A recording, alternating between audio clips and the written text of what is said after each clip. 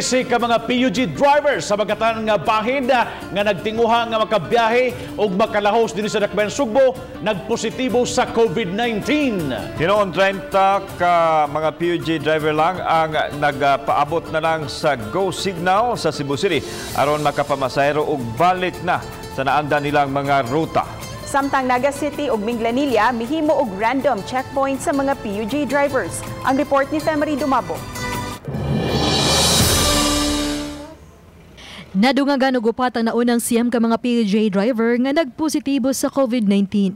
Sa ulahing talaan na sayran nga 7 ang tagadakbayan sa Talisay, 5 gikan sa lungsod sa Minglanilla ug 1 gikan sa City of Naga.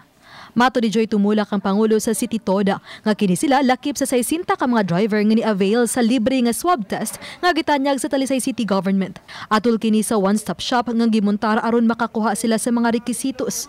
Sa ingon, makabalik na sila sa pagpamasahero lahos sa Cebu City. Igo lamin i-facilitate sa itong mga PUJ driver sa itong mga operators, pero sila mo process ani ngadto sa Cebu City.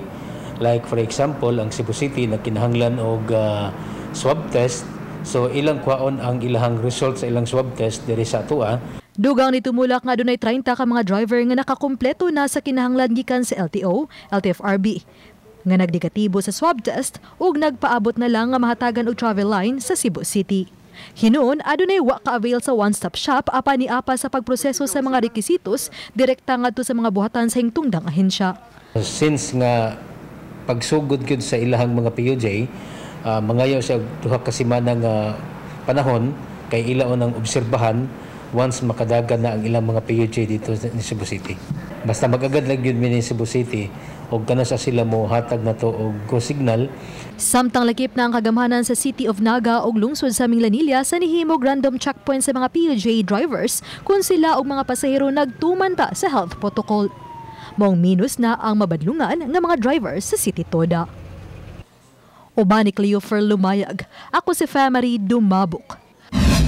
Balitang Bisdak.